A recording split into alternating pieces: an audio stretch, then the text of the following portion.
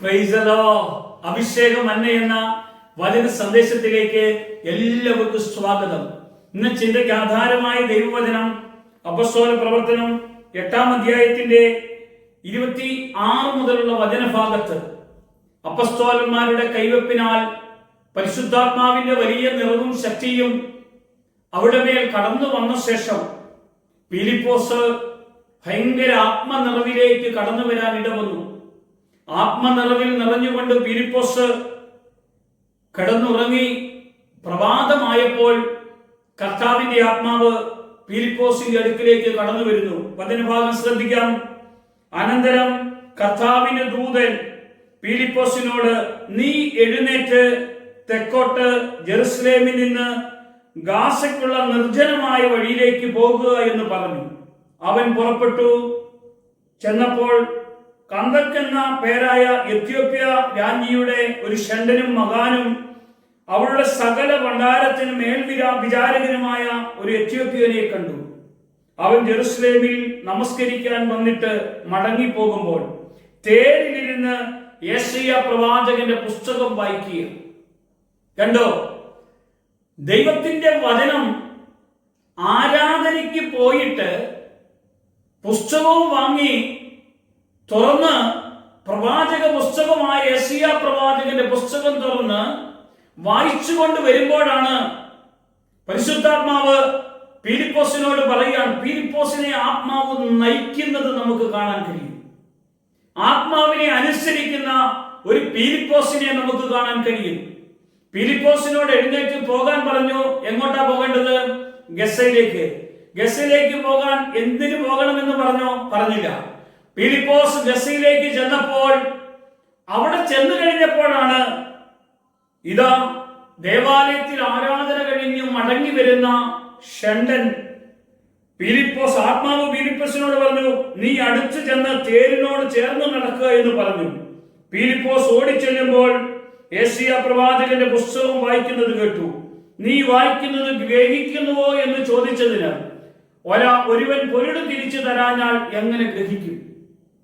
പരിശുദ്ധാത്മാവ് പൊരുട് തിരിച്ചു കൊടുക്കുവാൻ തക്കവണ്ണമാണ് ആത്മാവിൽ നിറഞ്ഞ് വീട്ടിൽ കിടന്നുറങ്ങിയവനെ എഴുന്നേൽപ്പിച്ചുകൊണ്ട് ഗസയിലേക്ക് കൊണ്ടുപോകുവാനും അവിടെ ചെന്ന ശേഷം ഷണ്ഡൻ വരുന്ന വഴിയിൽ ആ രഥത്തോട് ചേർന്ന് നടക്കുവാനും ഷണ്ഡൻ വായിച്ച വചനഭാഗം അതിന്റെ പൊരുളുകൾ തിരിച്ചറിയുന്നുണ്ടോ എന്ന് വ്യക്തമായി ചോദിക്കുവാനും ആരെങ്കിലും പൊരുട് തിരിച്ചു തരണ്ടേ എന്ന് ഫിലിപ്പോസിനോട് ഷണ്ഡൻ പറയുമ്പോ കർത്താവിന്റെ ആത്മാവ് ഫിലിപ്പോസിനെ രഥത്തിലേക്ക് കയറ്റി ആ വായിച്ച ഭാഗം വ്യാഖ്യാനിച്ചു കൊടുക്കുന്നത് നമുക്ക് കാണാൻ കഴിയുന്നു.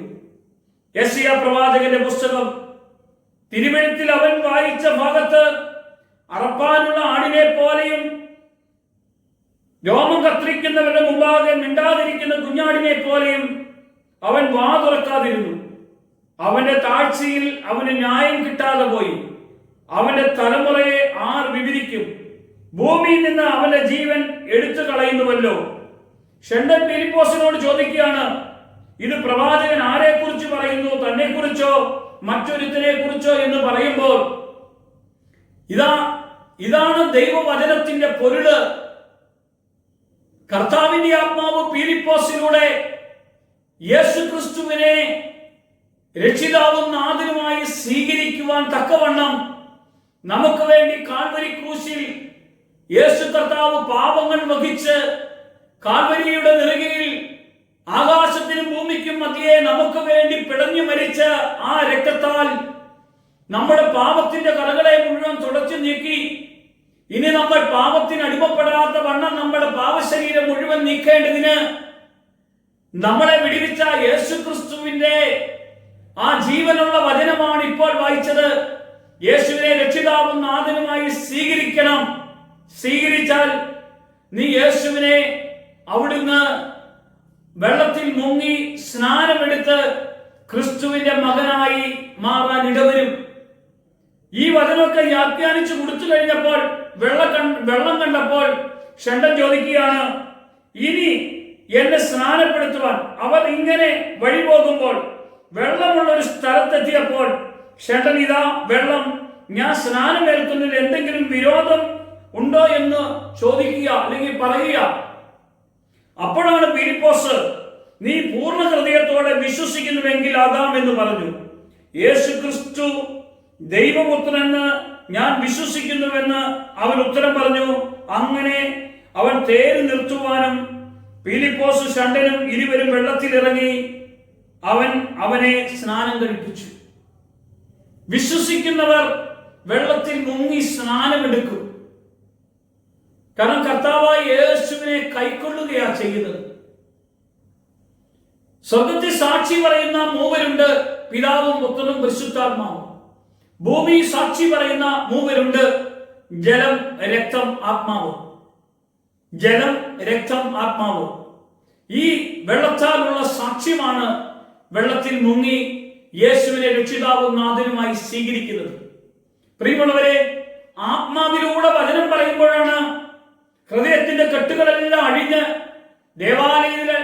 ദേവാലയത്തിൽ ആരാധന കഴിഞ്ഞ് മടങ്ങുന്നവൻ യേശു ക്രിസ്തുവിനെ രക്ഷിതാവും നാഥനുമായി സ്വീകരിക്കുന്നെങ്കിൽ, ഇന്ന് ഈ വചനം കേൾക്കുന്നവരോടാ കർത്താവ് പറയുന്നത്, നിങ്ങൾ ഈ വചനം, ജീവനുള്ള വചനം, ഈ വചനം നിങ്ങളുടെ ഹൃദയത്തിൽ വെളിപ്പെടുന്നെങ്കിൽ നിങ്ങളെല്ലാം വിട്ടുകളയും.